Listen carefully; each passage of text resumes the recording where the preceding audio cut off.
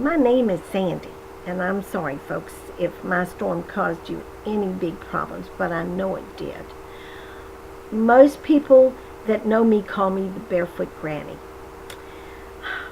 I have lived on the Roanoke River for over 20 years. It was beautiful and I loved it. My home was really nice. But in 1985, and then again in 1902, 1992, excuse me, not '02, I wasn't around then, I didn't live on the river. I lived in the river. As I watch what Hurricane Sandy has done to all the families on the East Coast, I have great sympathy and empathy for all of you, because I know what all of y'all are going through. No electricity, no water, no dry beds to sleep in, no clean clothes, no dry clothes to wear.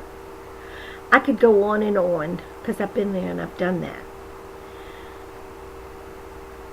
It is really hard for somebody to have been there and done that and not know exactly what's going on.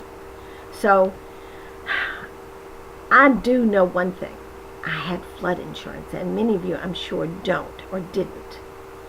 I do know that it did take me 6 months to get my life back to normal, if you call my life normal, which a lot of people don't.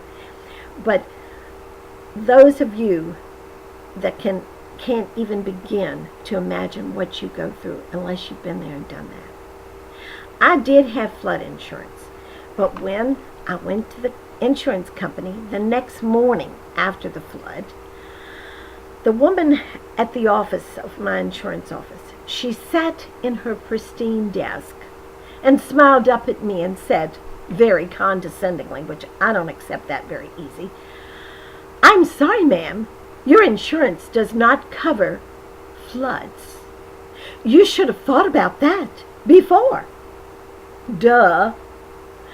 I know, I'm short, and I'm old. I keep telling everybody I'm old as dirt.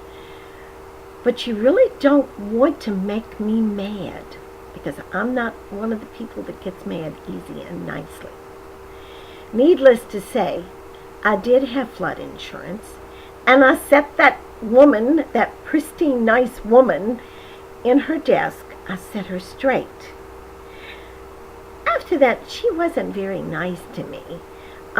She told me not to remove anything until the insurance adjuster came to see the damage in my home.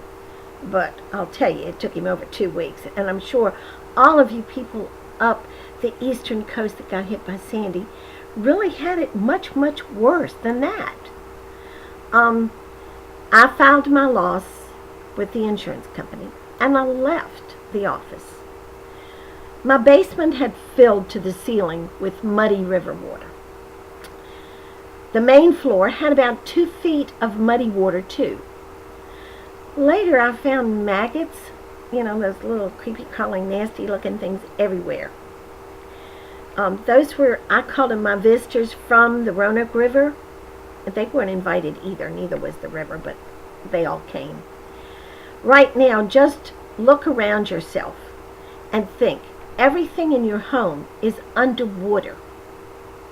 The only things not underwater at my house was the top of the kitchen cabinets and the top shelf in all of my closets. And that was it. That was it. Days went by and we did nothing. We did like the insurance lady said, don't move anything because they've got to come and check it out. No one from the insurance company came.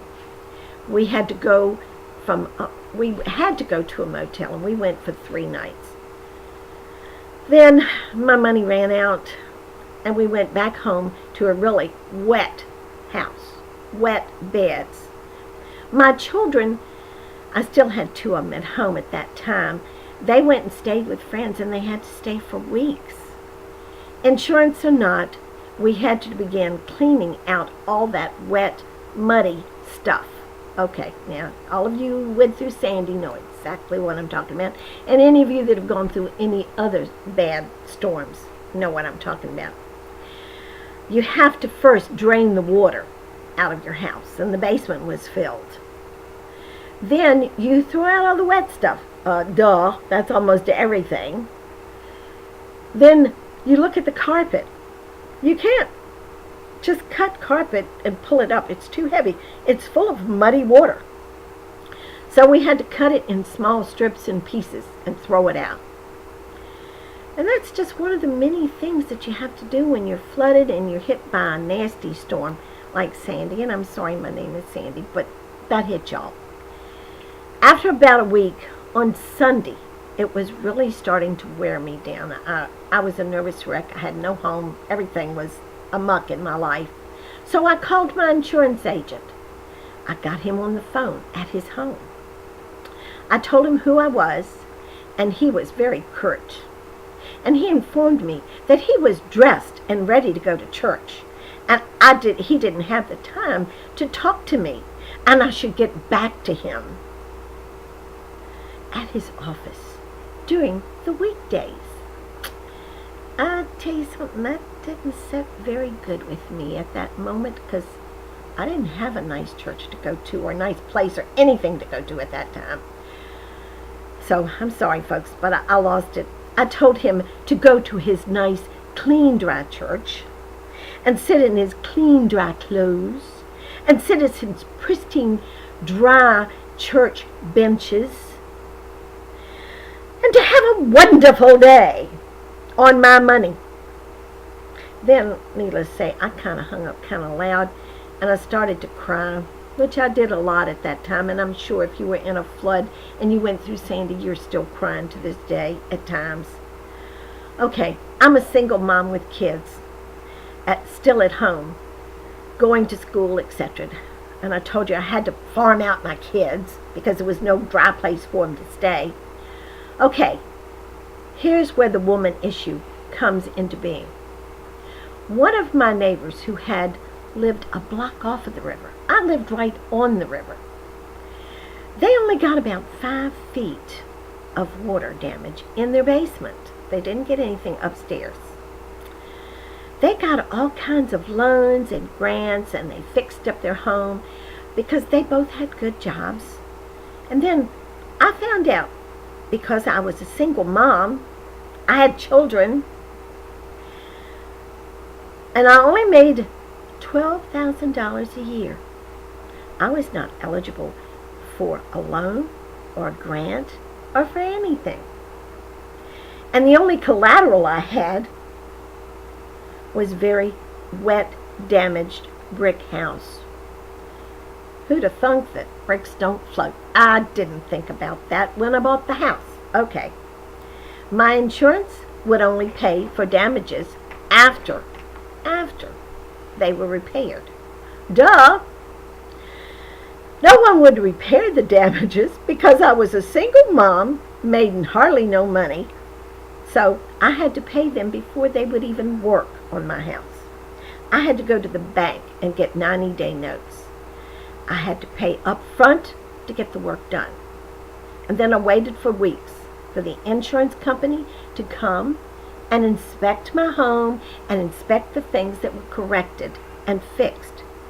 Then I had to wait for weeks for the money to be released so I could go hire another group of people, and I did this 3 90-day notes to try and get this stuff complete and stuff done.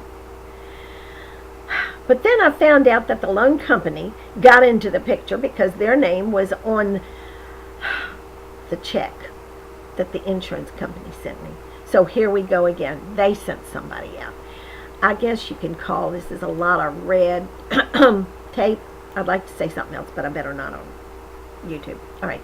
This went on and on until all the work was completed, and it took me right at about 6 months to get my home back in a livable state.